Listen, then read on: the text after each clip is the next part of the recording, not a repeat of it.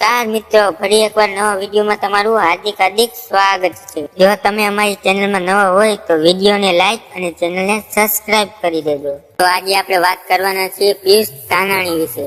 પિયુષ ધાનાણીએ થોડા સમય પહેલા ઇન્સ્ટાગ્રામમાં એક વિડીયો મૂક્યો હતો। તે વિડીયો ખૂબ જ ઝડપથી વાયરલ થઈ રહ્યો છે।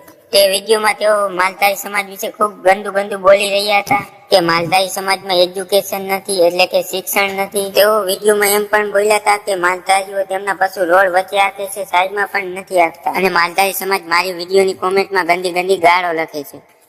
જે વિડીયોની પિયુષભાઈએ માફી માંગી લીધી છે મિત્રો, અને હવે તમે એનો માફી માંગતો વિડીયો જોઈ લ્યો।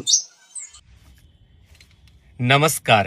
પશુપાલકોના વિડીયો બાબતે થયેલા વિવાદમાં માફી માંગવા બાબતેનો મારો આ વિડીયો જે તે પશુપાલકે મારી સાથે જે તે ટાઈમે ડિજિટલ માધ્યમથી કરેલા ગેરવર્તનના ભાગરૂપે એને જવાબ આપવાના ભાગરૂપે મેં જે કાંઈ શબ્દો વાપર્યા છે, કોઈ પણ પશુપાલન સાથે જોડાયેલા સમાજના નામ લીધા વગર કરેલી વાત, આમ છતાં પણ જે કોઈ પશુપાલકોને કે જે તે પશુપાલન સાથે જોડાયેલા માલધારી સમાજને, ભરવાડ સમાજ, આહિર સમાજ કે જે કોઈ સમાજને, રબારી સમાજને મારાથી, મારા વર્તનથી, મારા શબ્દોથી ખોટું લાગ્યું છે, જે કાંઈ દિલ દુભાયું છે, લાગણી દુભાઈ છે, મનને ઠેસ પહોંચી છે, એવા દરેક પશુપાલક સમાજને, પશુપાલન સાથે જોડાયેલા સમાજને વિનંતી કરું છું કે મને મોટું મન રાખીને, હૃદયની વિશાળતાથી માફ કરજો।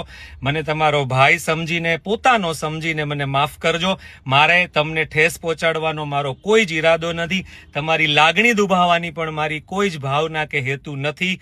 આપ સૌ સાથે મને જોડાવવું ગમશે, અને પશુપાલન સાથે જોડાયેલા સમાજની સારી વાતો લોકો સુધી ડિજિટલ માધ્યમથી પહોંચાડવાની મને ફરી તક જોઈએ છે। એ કામ કરતો આવ્યો છું, કરતો રહીશ, આવી મારી ભાવના આપ સમક્ષ રજૂ કરતાની સાથે ફરી એક વખત વિનંતી કરું છું કે જે કોઈને મારી વાત, વર્તનથી, મારા શબ્દોથી દુઃખ પહોંચ્યું છે, એવા દરેક સમાજ, એવા દરેક વર્ગના લોકો મને હૃદયની વિશાળતાથી માફ કરજો।